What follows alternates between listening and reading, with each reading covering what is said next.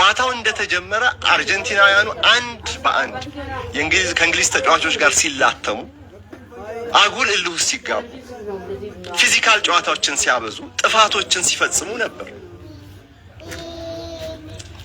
ከእንግሊዝ ጋር በነበረው ጨዋታ የመጀመሪያው ግማሽ ላይ ወደ እንግሊዝ ፍጹም ቅጣት ምት ሳጥን የገቡት 3 ጊዜ ብቻ።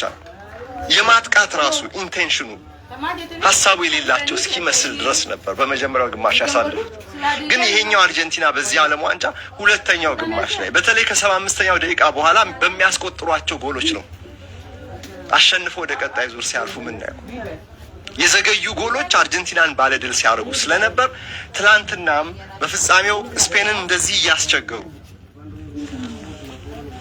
በማያምር አቀራረብ ሲጫወቱ ምናልባት ሁለተኛው ግማሽ ላይ ነገር ሊቀየር ይችላል የሚል ግምት ነበረ።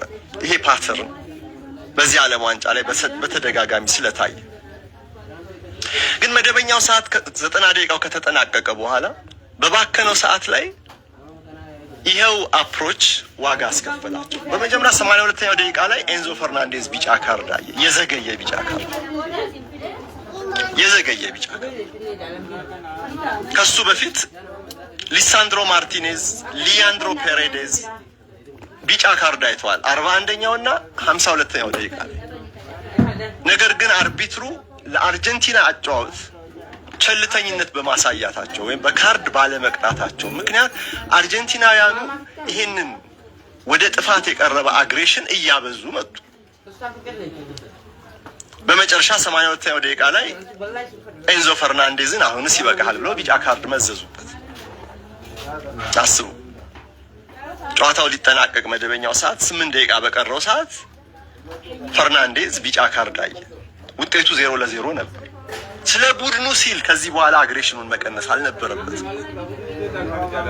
92ኛው ደቂቃ ላይ እንደኔ እይታ እንዲያውም ቀጥተኛ ቀይ ካርድ የሚያስመዝዝ ጥፋት ነው ኤንዞ ፈርናንዴዝ የፈጸመው። ነገር ግን በሁለተኛ ቢጫ ካርድ በቀይ ካርድ አባረሩት። አርጀንቲና 10 ስፔን 11 እንዲያውም ዘንቦብሽ ሆነ ነገሩ። ምክንያቱም ቀድሞ ኳሱን ተቆጣጥረዋል። የማጥቃት ተነሳሽነቱ የስፔኖቹ ነው። ስፔኖቹ በአርጀንቲና ግማሽ ሜዳ አልፎም በአርጀንቲና የመጨረሻው 1/3 ክፍል ውስጥ ነው ብዙ ሲውሉ የነበረው። ፍጹም ቅጣት ምት ሳጥን አካባቢ ከግራ ከቀኝ ከፊት ወደ ሳጥኑ ኳስ ለማስገባት ሲሞክሩ ነው የቆዩት። ተጫዋች ሲጎልባቸው ደግሞ ይሄ የኃይል ሚዛን የበላይነት ይበልጥ ጠንክሮ እንደሚመጣ ኤንዞ ፈርናንዴዝ እዚህ ጋር ማሰብ ነበር። በሱ ደረጃ ያሉ ተጫዋቾች ይጠፋቸዋል ብዬ አላስብም።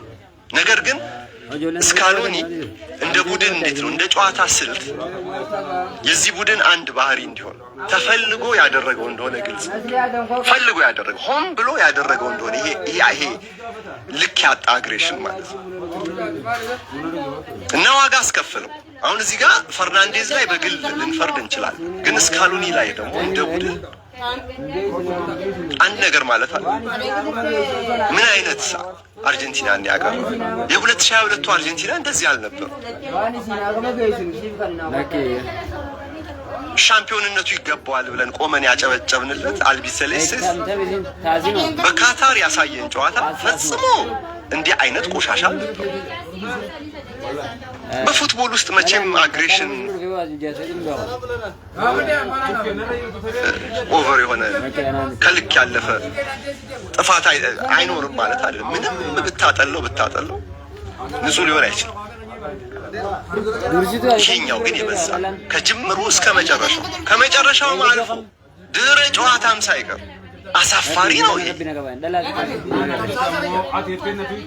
ከሜሲ አርጀንቲና ይሄን አንጠብቅ ወይም ሉዊስ ሴዛር ሜኖቲ ሀገር ይሄን አንጠብቀው። ግራ ዘመም እግር ኳስ እያሉ ያንን ውበት ያለውን እግር ኳስ ከሚያቀነቅኑት ኤሎኮ እኛ ከሸንቃጣው ከረጅሙ አሰልጣኙ ሀገር ግን ደግሞ አርጀንቲና አትርሱ። የሉዊስ ሴዛር ሜኖቲ ሀገር ብቻ አይደለም፣ የካርሎስ ቢላርዶም ሀገር። ቢላርዶ ደግሞ ጥረግ ነው የሚሉት። 86 ላይ አርጀንቲናን ሻምፒዮን አድርገዋል።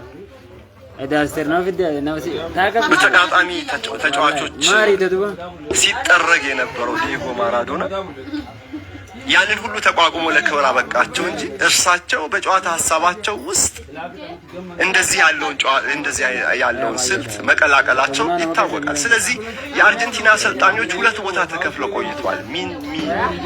ሜኖቲስታና ቢላርዲስታ። ወይ የሜኖቲ ተከታይ ነው ወይ የቢላርዶ ተከታይ ነው። በኋላ ነው እንግዲህ ቪኤል ሲስተም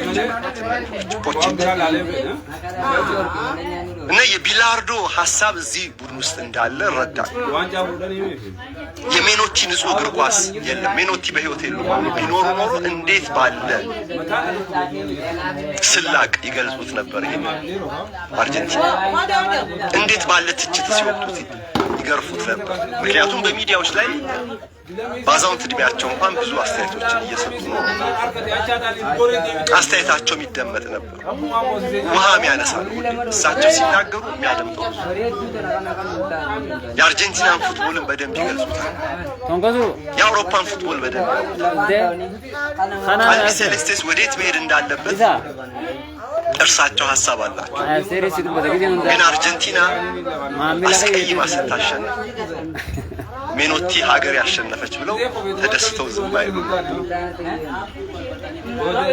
እነዛን የትችት ቃላት በየጋዜጦቹ በየሬዲዮ በተጋበዙባቸው ሌት ናይት ሾዎች ላይ ሁሉ ይናገሩ። አሁን በህይወት የሉ እና የቢላርዶ መንፈስ በስካሎኒ ውስጥ ትላንትና አይቼዋለሁ እያልኳቸው። ስካሎኒ በይፋ ቢላርዲስታ ነው የሚል ነገር አላውቅም። ወይ አላነበብኩ ወይ አላገኘሁም ሊሆን ይችላል።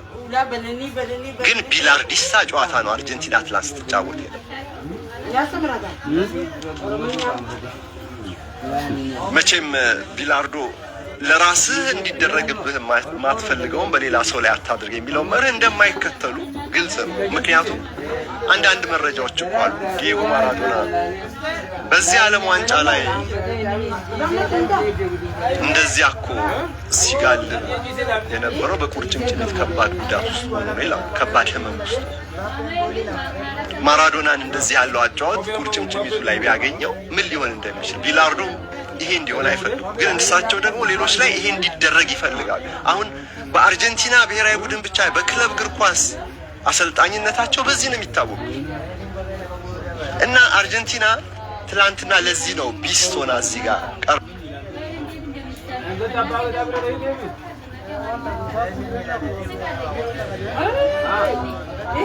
ዋለቻ ቢዩቲው የነበረው ስፔኖቹ ጋር እና ለዚህ ነው 92ኛው ደቂቃ ላይ ፈርናንዴዝ በቀይ ካርድ ወጣ። ከዛ በኋላ 10-11 ነገር ባሰባት ለአርጀንቲና።